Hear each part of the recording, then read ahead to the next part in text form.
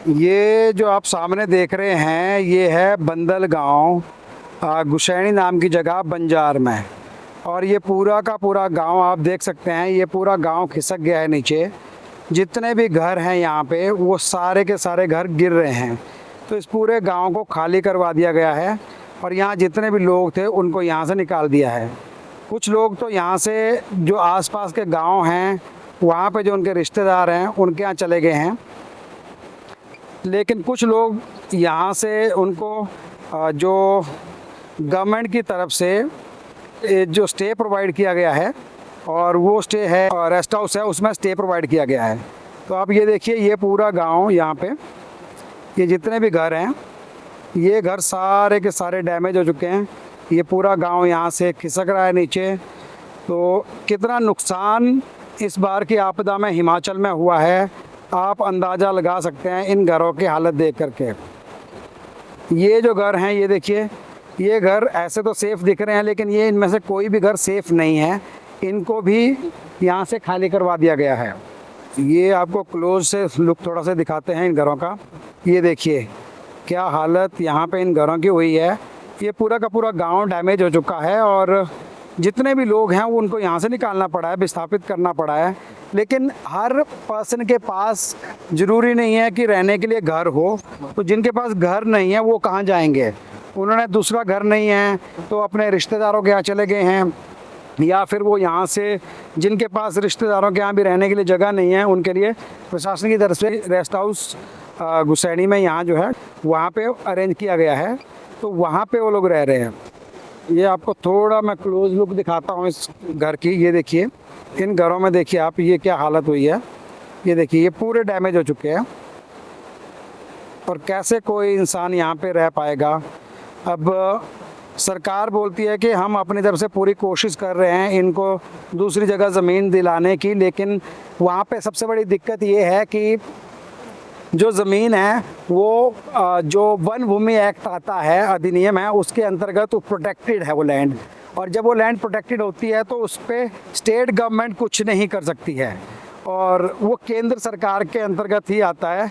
केंद्र सरकार से इसलिए हिमाचल सरकार रिक्वेस्ट कर रही है कि इसमें एक बदलाव किया जाए जिसके तहत जो वन भूमि है वो हम लोगों को दे सकें, वहाँ पे उनको रहने के लिए जगह दे सकें।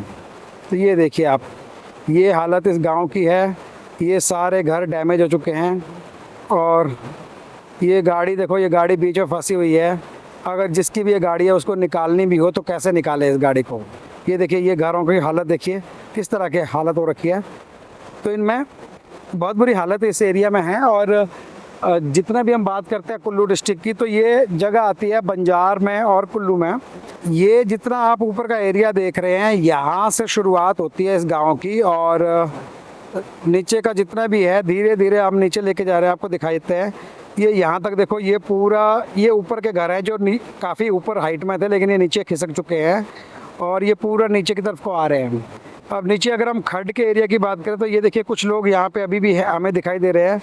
ये आप देख सकते हैं यहाँ पे ये बिजली विभाग के कर्मचारी भी है जो तारें यहाँ से निकाल के ला रहे हैं और जो आगे का एरिया है वहाँ के लिए ये वायर बिछाई जा रही है।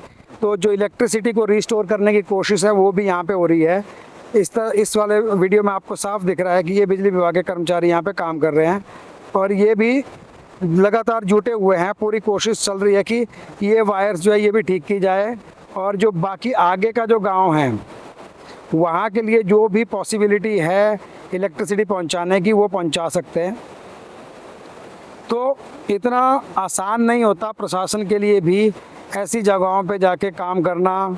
और जो आपदा में जब हालत ख़राब होती है, जब हर डिपार्टमेंट ही एक तरह से काम तो कर रहा होता है लेकिन इतनी मुश्किलें होती है कि इन मुश्किलों में काम कर पाना और संभालना इतना आसान नहीं होता है।